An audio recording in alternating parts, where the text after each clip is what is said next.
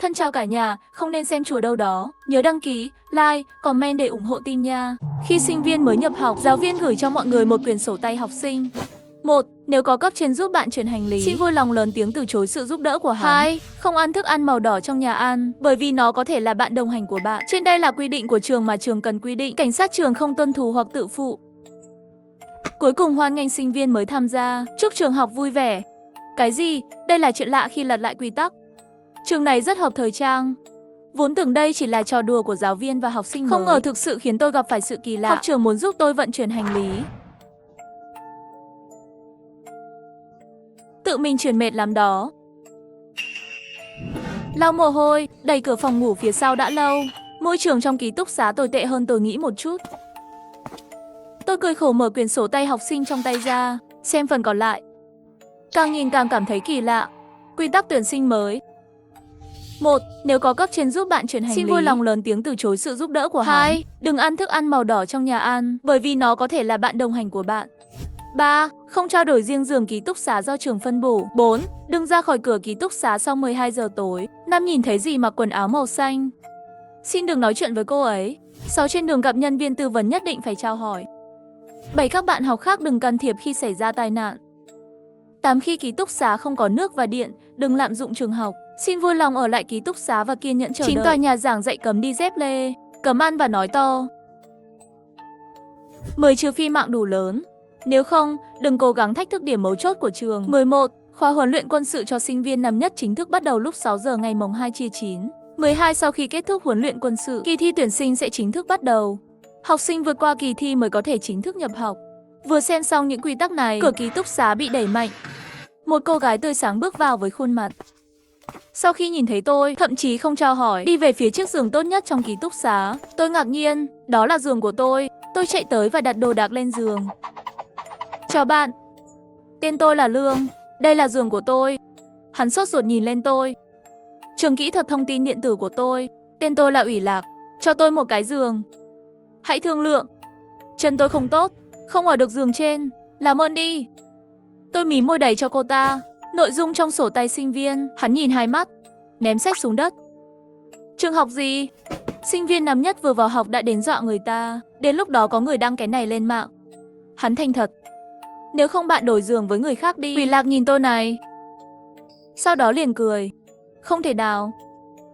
Sao bạn không biết đến nhân sự như vậy? Ngày đầu tiên ở ký túc xá, bạn đã không cho mặt mũi. Tôi không để ý đến hắn, đặt bộ đồ giường của trường học, đặt gọn gàng trên giường. Đừng đùa với tôi. Giúp bạn là tình nghĩa, không giúp bạn là bổn phận. Hai chúng ta vô tình chia nhau, hai lại không quên. Còn một cái nữa, bạn và một bạn học khác đàm phán đi. Ký túc xá của chúng ta là phòng cho 6 người. Mọi người liên tục đến. Theo đó giới thiệu bạn cùng phòng còn lại là Lạc Lạc. Lạc Lạc, Ninh Tịnh, Hàn Kim và Hoàng Giao. Ủy Lạc chia giường thành công với Hàn Kim. Khi Lạc Lạc bảo tôi đi mua đồ dùng hàng ngày, bên trong vẫn đang khiêu khích chỉ vào ngón giữa bút của tôi. Không ngờ đêm đó ký túc xá xảy ra chuyện. Lạc Lạc vừa ra khỏi cửa liền đưa cho tôi xem sổ tay sinh viên. Tiểu Lương, bạn biết, trường chúng ta có một truyền thuyết kỳ lạ sao? Tôi lắc đầu. Trước đây nghe nói trường chúng ta có một chị gái. Khi mới nhập học, tôi đã đưa tin về trường học. Sau đó không biết sao lại bị ép xuống. Sau này, thế giới bên ngoài không thể tìm thấy tung tích của chị gái đó. Nhìn vào những quy tắc này, bạn không thấy đáng sợ sao? Tôi hỏi Lạc Lạc, nếu ngôi trường này kỳ lạ như vậy, tại sao bạn muốn vượt qua kỳ thi? Lạc Lạc bất đắc dĩ thở dài với tôi. Bởi vì lực lượng giáo viên rất mạnh, bố mẹ phải để tôi đến. Sau khi mua sắm tại siêu thị, chúng tôi vừa nhìn phong cảnh trường học, một bên đến ký túc xá. Lúc này một học sinh năm thứ tư ngăn tôi lại. Nó như một con robot, mắt lạnh lùng. Lời nói ra cũng không có cảm xúc. Không giống người.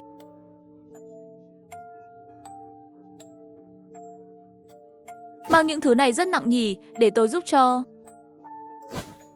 Tôi vừa muốn cảm ơn tiền bối, đột nhiên nghĩ đến yêu cầu trong sổ tay học sinh. Nếu các trên muốn giúp đỡ với hành lý, xin vui lòng từ chối anh ấy. Tôi nhìn Lạc Lạc, hắn nhẹ nhàng lắc đầu với tôi. Không sao đâu, tiền bối, tôi tự mang là được rồi. Sau đó tôi đi với Lạc Lạc. Thật không may, học trưởng giống như anh Phiêu vậy. Đứng thẳng trước mặt tôi.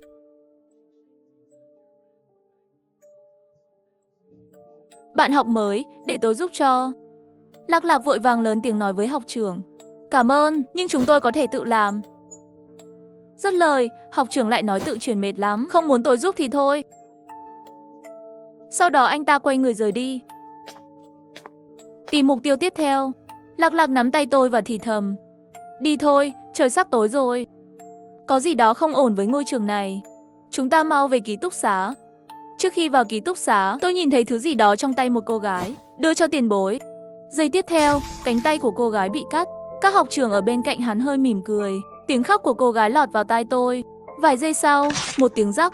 Đầu của hắn bị học trưởng vặn gãy. Tôi đến một trường đại học kỳ lạ. Ở đây không chỉ có những quy tắc kỳ lạ, ngoài ra còn có học trưởng và dì phó viện kỳ lạ. Tôi thực sự sợ. Tôi sợ đến nỗi không dám nhìn nữa. Kéo Lạc Lạc vào ký túc xá. Chúng tôi không nói một lời nào. Xây dựng ký túc xá mới thư giãn. Lúc này, 4 người còn lại trong ký túc xá đã tụ tập lại với nhau. Quay bên giường nói chuyện. Tôi đã nói với họ mọi thứ tôi vừa thấy. Ai biết Hủy Lạc là người đầu tiên cười thành tiếng.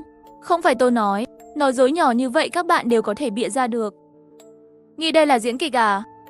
Diễn hoạt hình sinh viên năm nhất rắc rối đây. Tại sao tôi không tin ai trong trường này? Liên tục chặt đầu. Lạc Lạc bọn họ hừ. Tốt nhất các bạn nên xem hướng dẫn sử dụng của sinh viên. Nếu không đợi ngày nào rửa như thế nào cũng không biết. Ninh Tịnh và Hàn Kim Lương nghe nói về sổ tay sinh viên, lấy sách ra xem. Tôi vui vẻ. Thật là một quy tắc. Buồn cười thật, tôi không tin. Lạc Lạc và tôi nhìn nhau, không khuyên nữa.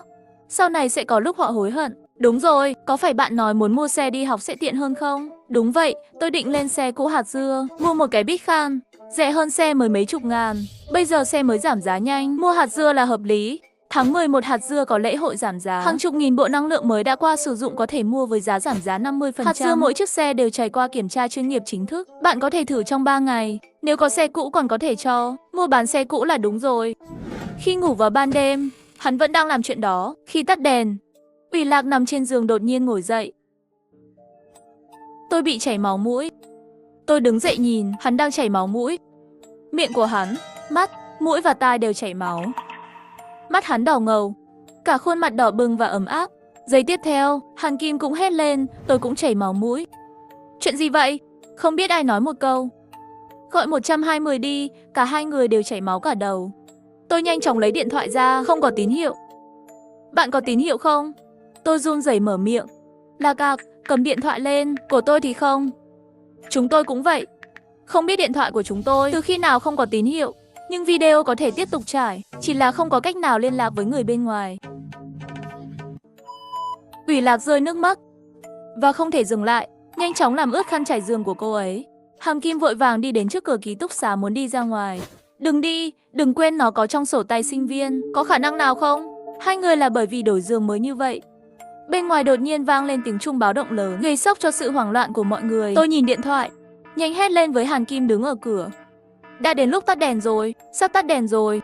Bên ngoài đột nhiên vang tiếng gõ cửa và tiếng bước chân dữ dội, như thể một giây sau sẽ có quái vật xông vào. Hàn Kim không biết có phải bị dọa ngốc không, đứng yên tại chỗ. Thời gian cháy điện. Một thứ hình vuông bay đến công tắc đèn.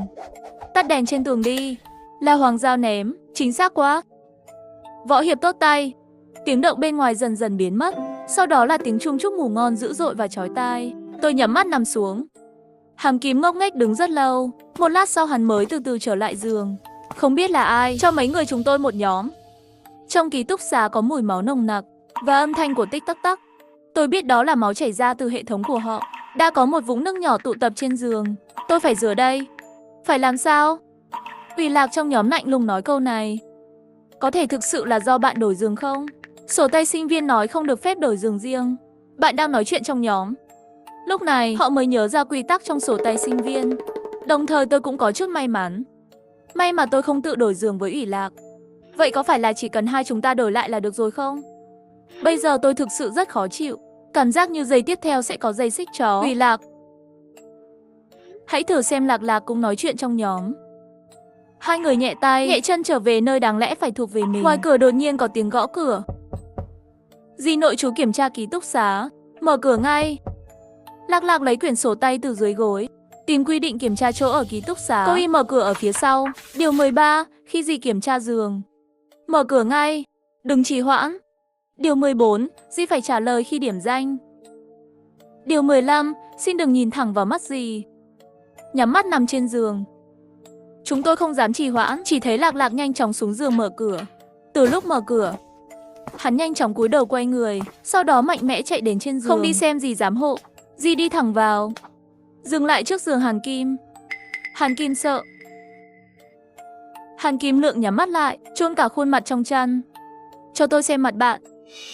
Bất kể giọng nói của dì không thể từ chối. Hàn Kim run rẩy, kéo chăn ra khỏi mặt. Dì đột nhiên đến gần mặt cô ta, sau đó thở ra nhìn hắn. Tất cả chúng tôi đều không dám thở lớn. Cho đến khi dì gọi hết tên mọi người. Quay mặt đi, hắn mới bỏ đi. Cửa được đóng nhẹ nhàng, chờ rất lâu, điện thoại rung. Tôi cúi đầu vào chăn, mới phát hiện trong nhóm đã nói chuyện rồi. May mà chúng ta vừa đổi lại rồi. Nếu không chắc chúng ta phải đến tay Điền rồi. Uy xin gửi một túi biểu cảm khóc trong nhóm. Giày của tôi hình như không còn nữa. Của tôi cũng vậy. Tôi đã nói là không tuân theo quy tắc, sẽ có lúc bạn hối hận, giờ thì tin đi. Nhìn thấy họ đều không sao, tôi liếc nhìn thời gian, gần 12 giờ rồi. Theo yêu cầu trong sổ tay sinh viên, ngày mai 6 giờ sáng đến sân tập tập trung. Nếu bây giờ không ngủ, ngày mai sẽ không dậy được nữa. Ngày mai phải đối phó với những quy tắc gì? Hồi hộp quá. Đây là trường học hay địa ngục? Nhà trường để trừng phạt học sinh, tất cả đều bị tôi làm nổ tung.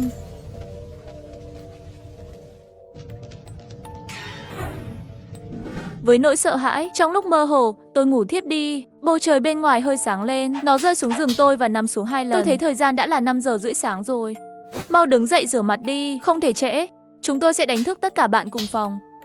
Nhanh lên, 6 giờ tập huấn quân sự không kịp rồi. Vì kinh nghiệm đêm qua, mọi người đều biết tầm quan trọng của sổ tay sinh viên. Chỉ là Ủy Lạc và Hàn Kim. Hôm qua 2 người bọn họ mất máu quá nhiều, mặt rất thấp và nhợt nhạt. Bên ngoài trời rất sương mù, không thể nhìn thấy sân chơi ở phía xa. Không có nhiều học sinh ra khỏi tòa nhà, nhưng hầu hết đều vội. Sợ đến muộn khi chúng tôi tụ tập ở sân chơi. Tôi phát hiện trên sân chơi không có huấn luyện viên, chỉ có khoảng một nửa số sinh viên. Đứng một cách mơ hồ, không biết phải làm gì. Đến lúc 6 giờ, giọng của một người đàn ông phát ra từ radio. Chúc mừng các bạn không đến muộn. Để thưởng cho mọi người, đây là một tin tốt cho mọi người. Hạt dưa trên xe đã qua sử dụng Bitcoin, giá rẻ hơn cả xe mới. Bây giờ xe mới giảm giá nhanh, mua hạt dưa là hợp lý. Tháng 11 hạt dưa có lễ hội giảm giá, hàng chục nghìn bộ năng lượng mới đã qua sử dụng có thể mua với giá giảm giá 50%. Xe bánh xe hạt dưa đều trải qua kiểm tra chuyên nghiệp chính thức. Bạn có thể thử trong 3 ngày, mua bán hạt dưa trên xe cũ là đúng rồi. Được rồi, quay lại vấn đề. Cảm ơn. Đến sân chơi theo thời gian quy định của chúng tôi, chuẩn bị huấn luyện quân sự, nhưng tôi nghĩ số người không đủ nhiều. Trong ký túc xá còn có bạn học đang ngủ phải không? Nhà trường kiên quyết không nhận học sinh không vâng lời như vậy. Họ xứng đáng bị trừng phạt. Tiếp theo, xin vui lòng quay sang phải để xem hình phạt. Chúng tôi làm theo đồng thời rẽ phải, nhìn về phía ký túc xá. Chưa đầy 1 phút, phòng ngủ tầng 1 nằm trên tầng 97. Cuộc đời còn xen lẫn lúc mọi người kêu cứu. Chúng cho nổ tung ký túc xá, trường học nổ tung 1 tầng. Tầng 2 sau vụ nổ, 3 tầng 4 tầng. Mùi máu từ ký túc xá đến mũi chúng tôi, làm người ta nôn mửa. Thậm chí còn có những mảnh vỡ cơ thể được mang đến sân chơi. Chưa đọc nhưng không nói. Làm nổ tung tòa nhà, vậy chúng ta sẽ đi đâu? Lời nói rơi xuống, đài phát thanh sẽ đến trả lời, học sinh xin đừng hoảng sợ. Trường học thân thiện với học sinh ngoan ngoãn. Tòa nhà ký túc xá mới đang được xây dựng. Chờ một chút, các cấp trên sẽ dẫn các bạn đến đó. Bây giờ chúng ta bắt đầu huấn luyện quân sự. Vị trí quân sự đầu tiên.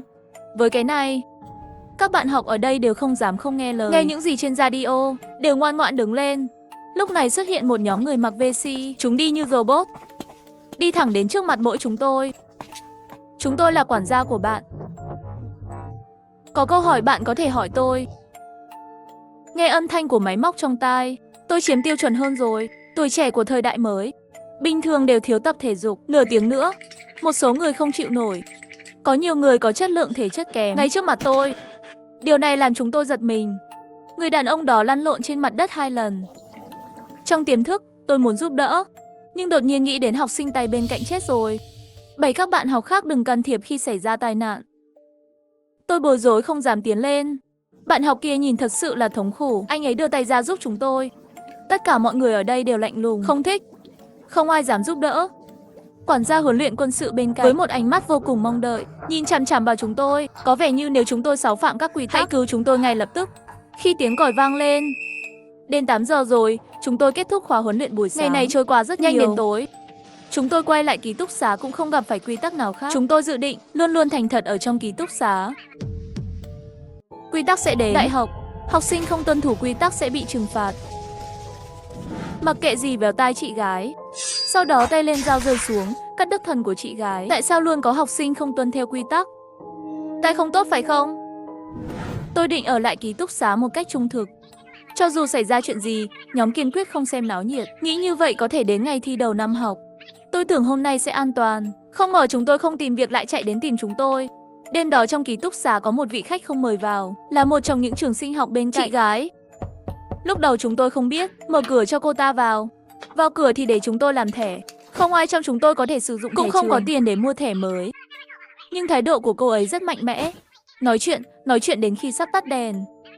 Thấy cô ấy vẫn chưa có ý rời đi, bạn cùng phòng Ninh Tĩnh lặng lẽ kéo quần áo của tôi. Cô ta chỉ vào sổ tay sinh viên. Trên đây có quy tắc về muộn.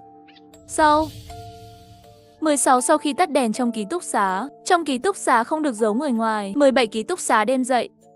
Xin được nhìn lên gương phòng tắm. 18 nếu nhân viên bên ngoài bị gì ký túc xá phát hiện, sẽ gửi cảnh báo sa thải. Bị đuổi khỏi trường học bí ẩn quy tắc này của chúng tôi, đại diện cho cái chết. Toàn bộ ký túc xá của chúng tôi đều sợ hãi, nhưng chị gái đó không chịu đi. Bạn nhanh lên xem có biện pháp khắc phục nào không? Còn nửa tiếng nữa, nếu cô ta không đi, chúng ta sẽ đi. Ủy Lạc vội vàng kéo tay áo Yên Tĩnh. Trên sổ tay sinh viên hình như có cái này, câu trả lời cho quy tắc. Câu trả lời nào? Chị. Sau đó đi thẳng về phía Ủy Lạc. Tôi xem được không? Bạn có muốn làm thẻ trường không? Ủy Lạc đều không đứng vững, điên cuồng nháy mắt với Ninh Tịnh. Có rồi, ngay bên dưới. Ninh Tịnh hét lên, chỉ vào chữ trên sổ tay sinh viên và nói 19 nếu có người ở trong ký túc xá không đi. Vui lòng tìm gì giám hộ kịp thời giúp xử lý. Tôi liếc nhìn thời gian, còn nửa tiếng nữa là tắt đèn kiểm tra giường rồi. Làm đi. Không được phép ra khỏi cửa ký túc xá sau 12 giờ tối. Chúng ta phải nhanh lên. Lạc Lạc chạy nhanh xuống lầu với tôi. Ký túc xá của dì ở ngay trước cửa căn hộ sinh viên. Tôi và Lạc Lạc đứng ở cửa gõ cửa. Một cô mặc đồ màu xanh mở cửa. Lạc Lạc vừa định nói, tôi chợt nghĩ, điều 5 trong sổ tay sinh viên. Nhìn thấy dì mặc quần áo màu xanh. Xin đừng nói chuyện với hắn. Sao vậy bạn? Dì mở to mắt. Quầng thâm dưới mắt trước mắt dày bất thường, trông rất đáng sợ. Tôi đưa tay che miệng Lạc Lạc, kéo cô ta quay lưng lại. Đừng nói chuyện với dì này. Trong sổ tay sinh viên nói rồi, đừng nói chuyện với cô chủ mặc áo xanh. Cô quản lý trong bộ đồ màu xanh luôn nói chuyện với chúng tôi. Sao vậy bạn? Tôi và Lạc Lạc giả vờ không nhìn thấy cô ta. Sau đó tôi nhấc ngón chân lên, giả vờ gọi dì nằm trên giường. Dì, ký túc xá của chúng tôi có người ngoài ở lại, nhưng sắp tắt đèn rồi. Hắn không đi. Dì nằm trên giường vốn không có bất kỳ phản ứng gì. Nghe nói trong ký túc xá có người ở lại, đột nhiên ngồi dậy, lăn ra khỏi giường, đi về phía chúng tôi. Cô ấy nhìn hai chúng tôi với vẻ mặt u ám. Đường hẹp của ký túc xá nào? Nói xong hắn đẩy ra phía trước. Cô quản lý không ngừng nghỉ, sau đó theo sau chúng tôi. Khi chị gái nhìn thấy dì, sắc mặt lập tức thay đổi. Hắn vội vàng trốn vào góc tường. Dì ơi, nghe tôi này, tôi sắp hoàn thành mục tiêu rồi. Tôi không có ý phá luật. Mặc kệ gì véo tai chị gái.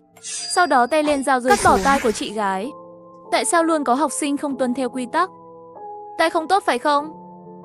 Ha ha ha, không đúng. Quy tắc của học sinh là nhìn bằng mắt. Mắt bạn cũng có vấn đề. Sau đó, con dao trong tay giống như đôi mắt của chị gái ngã xuống đất, bị dì kéo đi như gia súc.